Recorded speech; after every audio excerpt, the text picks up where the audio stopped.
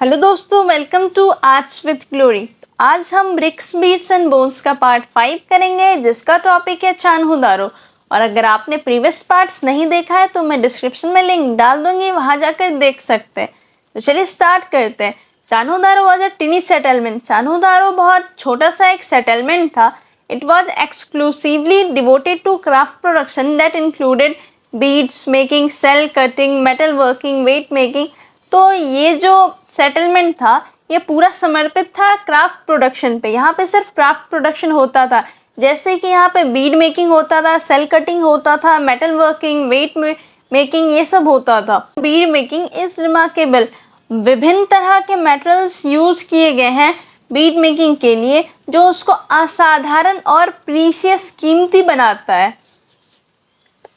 Stone use किए गए हैं वो है कार्नेलियन, क्वार्ट्ज, जैस्पर, स्टीयरटाइट, क्रिस्टल, ये सब स्टोन यूज किए गए। मेटल यूज किए गए वो है कॉपर, ब्रॉन्ज, गोल्ड। अदर जो मेटल्स यूज किए गए हैं वो है सेल, टेराकोटा, बर्न क्ले और भी बहुत। Shapes of Beed. अब बीड के क्या शेप हुआ करते थे, तो ये डिस्क शेप में होता था, सिलेंड्रिकल शेप में होता था, स्फेरिकल शेप में होता था, बैरल शेप में होता था, सेगमेंटेड होता था। Some were decorated and design over them. तो बहुत से जो बीड्स है उसमें कुछ कुछ के ऊपर में डिजाइन्स भी बने रहते थे। अब जो टेक्निक आते हैं बीड मेकिंग के, कैसे बीड मेकिंग बनते हैं, they differed according to material. Like for example steatite stone so was easily work.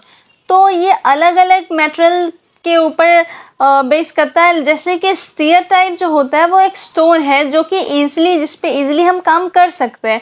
Now, if this steatite was powdered and made a paste, then beads of desired shape can be molded out of it.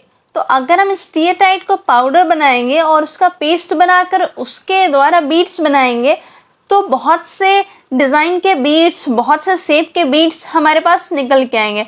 This was permitted making up of variety of beads. तो इसका अनुमति मिल रखा था कि ऐसा कर सकते हैं। But how steatite micro beads were made, it remains a mystery to archaeologist. लेकिन जो माइक्रो बीड्स, बहुत छोटे छोटे बीड्स होते हैं स्टीयरटाइट के, वो कैसे बना वो आज तक रहस्य ही है। Other places of specialisation. तो दूसरे प्लेसेस जो विशेष है, जैसे Nageshwar and Balakot. Both settlements are near coast. ये दोनों सेटलमेंट्स तट के बहुत पास है।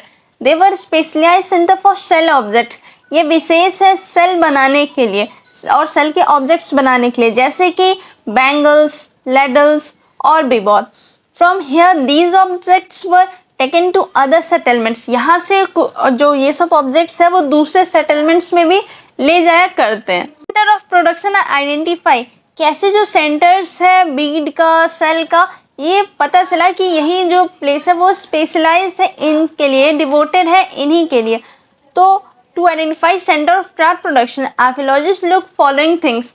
इनको पता करने के लिए जो आर्कियोलॉजिस्ट है वो कुछ चीज़ों को देखते हैं, जैसे कि raw material, tools, unfinished object, reject, waste material. ये देखते हैं रॉ मटेरियल्स, जो भी बीड और शेल बनाने का जो सामान था उन सभी को देखते हैं। टूल्स जो उनको यूज करते थे बनाने के लिए उसको देखते हैं। अनफिनिश्ड ऑब्जेक्ट, जो ऑब्जेक्ट बन नहीं सका उसको देखते हैं। जो ऑब्जेक्ट रिजेक्ट हो चुका है उसको देखते हैं। और जो बनाते वक्त जो वेस्ट मटेरियल जो बच गया था उसके द्वारा पता करते हैं कि ये प्लेस है स्पेशलाइज्ड बीड के लिए या फिर शेल के लिए। In fact waste is one of the best indication for craft work. और जो आर्कियोलॉजिस्ट है वो बताते हैं कि जो वेस्ट है वो बहुत ज़्यादा ही अच्छा हमारे लिए इंडिकेटर है कि यहाँ पे क्राफ्ट वर्क होता है, क्योंकि जो वेस्ट होता है वो थोड़ी मात्रा में नहीं होता है, बहुत ज़्यादा मात्रा में होता है। तो ये था चान्होदारो के बारे में। आई होप आपको समझ में आ गया हो, और अगर आपको समझ में आ गया हो तो एक लाइक बनता है।